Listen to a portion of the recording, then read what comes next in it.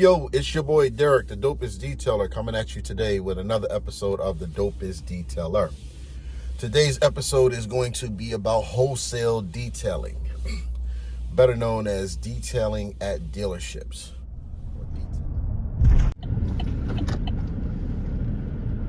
Or detailing for dealers. Wholesale detailing and detailing at dealerships are basically what it is. Wholesaling, which means you're going to have a lot of vehicles. It's high volume detailing. It's not like our residential or private clients. This is high volume detailing for resale.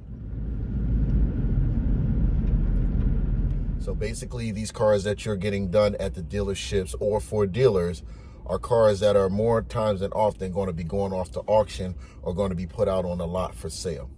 It's not the same type of detailing that you do for residential and private clients. Every car that you do for a client, you don't clean the engines. You don't have to clean the engine. That's not a mandatory thing. With dealerships and dealers, it's commonly known that, engines have to be detailed. You have to clean the engines. There are so many different aspects of detailing for dealerships and differences between dealerships and dealers. I'll try to go through this as much as I can throughout this video. I try not to make it too long today, but, basically I want to try to dispel the myth of detailing for dealerships is a bad deal, because it's widely known in the detailing community that dealers don't like paying a lot of money to have their cars done. That stands true for dealers, not for dealerships. It's a whole different ball game. It's two different situations. A dealer can just be one individual that's buying multiple cars, flipping them, selling them, whatever. A dealership, that's more on a corporate level. So those dealership accounts, they ask for a little bit more in regards to the legalities. You got, obviously you have to be insured. You have to have a tax identification number.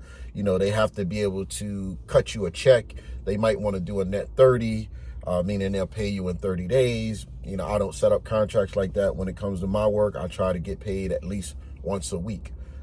They don't pay same day. Dealers, you might can get them to pay you on the same day, but again, it's a whole different animal. Dealerships, they usually like to pay once a week or once a month, whatever is more comfortable for you as the owner of the detailing business, as the vendor, because now you become a vendor. You're the detailing vendor when you're dealing with a dealership. You're not, per se the detailer. You become a vendor, and a vendor, holds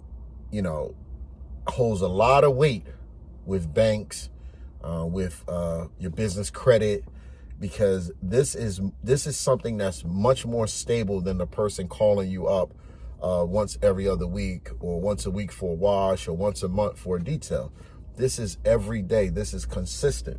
When you're dealing with dealerships, you have to, more times than often, put together a crew. They don't have to be the top-notch detailers that one would expect to hire to detail residential and personal clients' cars. This is more of an assembly line. So this is easier. It's easier to teach the things that come along with this type of detailing to individuals that have little to no experience detailing. Basically, it's real basic. They just want a car that they can sell. They want a clean car that they can sell. I always, I've come to realize over my years of dealing with dealerships that, and this is one of my selling points, used to be anyway, not anymore, but I used to explain to the manager or whoever I was dealing with at the facility that, the detailer is one of the best liars along the way to selling this vehicle. I have to, as a detailer, cover up anything and everything that ever happened with this car. I need to make this car look like an 80-year-old lady owned this car and traded it in and for a brand new one, and now you want to sell it. I have to take it from the ish show that it is, that, when, most cars that are traded in aren't in the greatest condition. I had to take it from the ish show that it is to prestige to something really nice. And that's what you have to pay me to do. Dealerships don't mind paying for that service.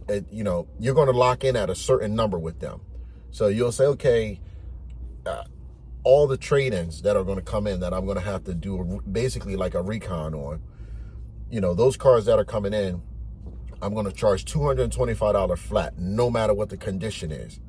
So you might get 10 cream puffs that come through, $225. Easy work. Might take you an hour to knock that down. If you got a crew, y'all knock that down $225. Excuse me. But then you might get, excuse my language, a shit show that you're saying to yourself, oh my God, this is crazy. But you negotiated $225, whether it's a cream puff or a shit show. Every now and then you're going to get a shit show. Majority rules, though, you're not going to always get shit shows. So you're really coming out on top because of the way you negotiated your deals. Those cars that you did for $225 was cakewalk. It was nothing. Then that shit show come through, and now you actually have to work to earn that money, which, again, isn't going to be a big deal because it's just about cleaning up. Cars ain't going to be so bad when they get traded in. But, I've seen really bad situations on trade-ins. That's dealership. Set up a contract with them, and that money is consistent. It just makes it so much easier for you to, this really puts you, not that you're not already a legitimate business person when you're doing residential and private cars, but when you're doing dealerships and you're their vendor, you have an account with them, you're going to get a W-9 from them and, a 1040 at the end of the year, whatever it is. This gives your business so much more validity from a legal standpoint. You know what I mean? Like, banks like to see, well, you have this amount of money coming in every month or every week from this dealership or these multiple dealerships. This looks good on your resume. So if you could ever get into a dealership and do their cars, do it. Dealerships are the way to go if you can get in at a dealership. If you can get an account with a dealership, that's guaranteed money, volume. Most of them will pay a premium. They're not going to go crazy because the prices you charge for a dealership detail isn't the same that you would charge for, say, a private client, private customer. You're actually a vendor for a dealership, and it's showing on your bank accounts, your instant, your direct deposits. That money is more times than often right on time. It's never late. You're not chasing any, but it's not, it's not a dealer. It's a dealership. It's corporate. So, like I said, I know you've heard different stories about dealerships and how, they don't pay well or this and that, this. No, dealers and dealerships, two different situations. Dealerships usually comes with high volume, consistency. You can work out a deal with most of them where, you can get to have a space inside of their facility. You can work out a deal where they pay for the chemicals. It all comes down to how you structure the deal. How you structure the deal. And there's more room to structure a deal with a dealership than it is with a dealer. There's a lot of perks in it. I mean, there are pros and cons to it. But, I tell you, the pros outweigh the cons when it comes to dealing with dealerships. Dealers, that's a whole nother animal, and I really can't get into that right now because I'm not dealing with a dealer. I just know that I don't like dealing with dealers. Guys that have these little small car lots and they want to pay you $75 for a full detail. And when they say full detail, they mean full detail. They want everything you can possibly give them and then some for $75, and then that ain't even enough. So understand the difference between the two. If you have an opportunity to get into a dealership as a vendor, as a dealership's detailer, as you have that account, meaning you're going to get their new car deliveries, their new car preps, their new car arrivals. You're going to get their trade-ins. You're going to get everything that dealership has coming in the door is going to come to you. That's a deal you want to jump on. Negotiate it the right way, but that's definitely a deal you want to jump on because that money is consistent and it's all year long. It doesn't stop. dealerships have big facilities, you know, that you can actually go in and make some things happen. Like I'm here now, and you know, they actually have a car wash for me. So we take our cars through this car wash at the dealership. I don't have to wash the cars with the pressure washers. Dealerships want a certain type of clean on their cars. They're not looking for, you know, an immaculate situation. They're not. Most of these cars are going to get traded. Most of these cars are like this one that's in front of me. This car is in for service. So he's going to get a service wash, which, you know, who's ever in charge of that account, you get to wash the cars. Literally, you're driving it through a car wash.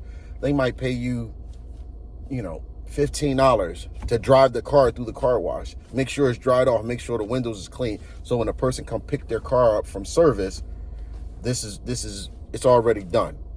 It's nothing. This is cake work. This is light work. So light. It's sweet. You know, and there's so many other different entities when it comes to dealing with dealerships. But the the pros definitely outweigh the cons when it comes to dealing with a dealership. Now, when it comes to dealing with a dealer, there's a million cons that you got to go through with these guys. It's a, you know, I don't like to curse, but it's an ish show. You know, it's an ish show dealing with dealers. But dealerships are sweet. If you can get yourself an account with a dealership, make that move. So, this is basically what it comes down to. Don't let anybody talk you or discourage you from wanting to go the dealership route when it comes to detailing. This work is consistent. It's plentiful. It makes financial sense if you negotiate the contract the right way with the dealership. You can literally walk into $100,000 situation, like from the door. 100,000 plus situation from the door yearly with a dealerships, and more than likely it's going to be more than that. But you know, you have to have a crew.